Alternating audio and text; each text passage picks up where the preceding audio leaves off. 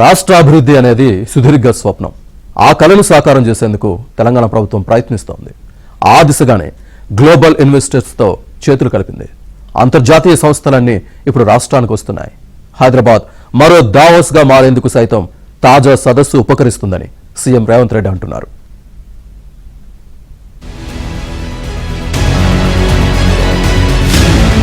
రేవంత్ రెడ్డి ప్రభుత్వం అధికారంలోకి వచ్చి 2 వసంతాలు నిండుతున్నాయి. ఈ సందర్భంగానే గ్లోబల్ సదస్సు నిర్వహిస్తున్నట్లు కూడా చెప్పుకోవచ్చు. ఉద్యోగ ఉపాధి అవకాశాలు కల్పించి తలసరి ఆదాయాన్ని అమాంతం పెంచేందుకు ప్రయత్నిస్తున్నారు. అందరికీ విద్యను అందించాలన్నదే ప్రభుత్వ లక్ష్యం. అవసరమైన ప్రతి ఒక్కరికి వైద్యం అందాలి. ఇలాంటి చర్యలకు రాష్ట్రం ఆర్థికంగా ఎదగాల్సి ఉంటుంది. పెట్టుబడులు వస్తేనే రాష్ట్రాభివృద్ధి సాధ్యమని ప్రభుత్వం గుర్తించినందునే ఆ దిశగా అడుగులు వేస్తోంది.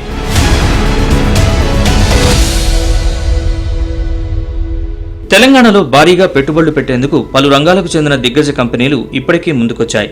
విద్య, నైపుణ్య, క్రీడ, పర్యాటక, పారిశ్రామిక రంగాల్లో 1,00,000 కోట్ల పెట్టుబడులకు సంబంధించి సుమారు 90కి పైగా పరస్పర అవగాహన ఒప్పందాలకు అవకాశాలున్నట్లు ప్రభుత్వం అంచనా వేస్తోంది.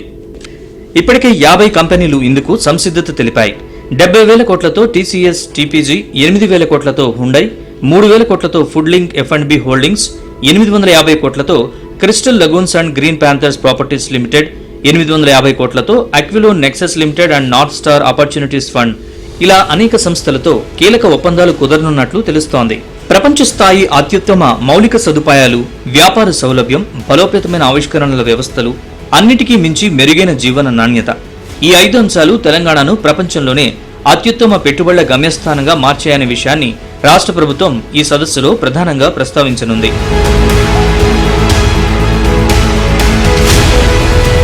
ఫ్యూచర్ సిటీలో పరిశ్రమల ఏర్పాటుకు విదేశీ కంపెనీలు కూడా ప్రత్యేక ఆసక్తిని చూపిస్తున్నాయి. ఇందులో తైవాన్, సింగపూర్, వియత్నాం కంపెనీల కోసం ప్రత్యేక పారిశ్రామిక వాడలు ఏర్పాటు చేయాలని రాష్ట్ర ప్రభుత్వం నిర్ణయించింది. ఇక రాష్ట్రాన్ని అంతర్జాతీయ సినిమాలకు కేంద్రంగా మార్చాలన్న సీఎం రేవంత్ ఆలోచన సాకారం కానుంది.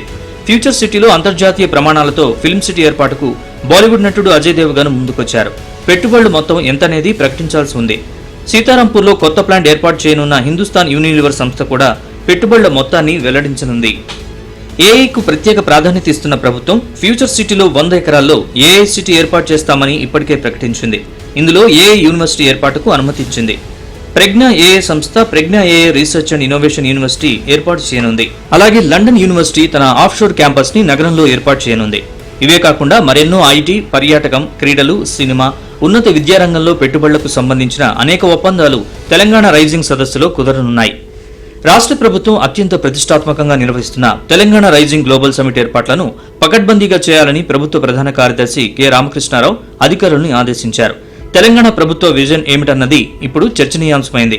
దానికోసం రూపొందిస్తున్న విజన్ డాక్యుమెంట్లో రాష్ట్ర ఆర్థిక వృద్ధి కోసం క్యూర్, ప్యూర్, రేర్ అనే 3 రకాల వ్యవస్థలను ప్రణాళికాబద్ధంగా అభివృద్ధి చేయాలని ప్రభుత్వం ప్రతిపాదించింది. క్యూర్ అంటే కోర్ అర్బన్ రీజియన్ ఎకానమీ. అది హైదరాబాద్ నగరాన్ని సాంకేతికత, ఆవిష్కరణలు, ఉన్నత స్థాయి తయారీకి ప్రపంచ కేంద్రంగా అభివృద్ధి చేసేందుకు ఉపయోగపడుతుంది. ప్యూర్ అంటే peri urban region economy. Regional ring road లోపలున్న ప్రాంతాన్ని మధ్యస్థాయి తయారీ, ఫుడ్ ప్రాసెసింగ్ వంటి పారిశ్రామిక క్లస్టర్లు, లాజిస్టిక్స్ కేంద్రంగా తీర్చిదిద్దడం కోసం ఈ ప్రతిపాదన చేశారు. ఇక రేర్ అంటే రూరల్ అగ్రికల్చరల్ రీజియన్ ఎకానమీ. అది రీజనల్ రింగ్ రోడ్ బయటున్న గ్రామీణ ప్రాంతాన్ని వ్యవసాయ సాంకేతిక విలువలు జోడించి దాని ఆధారిత పరిశ్రమల కేంద్రంగా రూపొందిస్తారు. కోర్ అర్బన్ రీజన్ ఎకానమీ అంటే క్యూర్, CURE. క్యూర్ అంటే దీన్ని ప్రక్షాళన చేసి బాగు చేయాలనుకుంటున్నాము. ఇది సర్వీస్ సెక్టర్.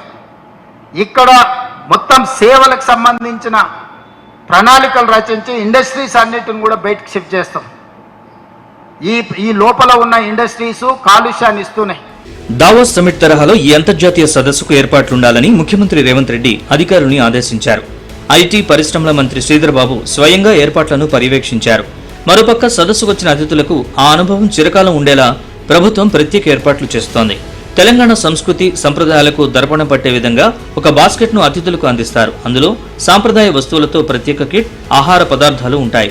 తెలంగాణ సంప్రదాయం, కళకు ప్రతీకలుగా చెప్పే పోచంపల్లి ఇక్కత్ ఫ్యాబ్రిక్, ప్రత్యేకంగా డిజైన్ చేసిన తెలంగాణ రైజింగ్ సావనీర్, పోచంపల్లి శాలువా, చేరియాల మాస్కాట్, హైదరాబాద్ అత్తర్, ముత్యాలతో చేసిన ఆభరణాలు ఉంచుతారు. ట్రెడిషనల్ ఫుడ్ బాస్కెట్లో మహువా లడ్డులు, సకినాలు, అప్పాలు, బదాం కీ జాలి ఉంటాయి.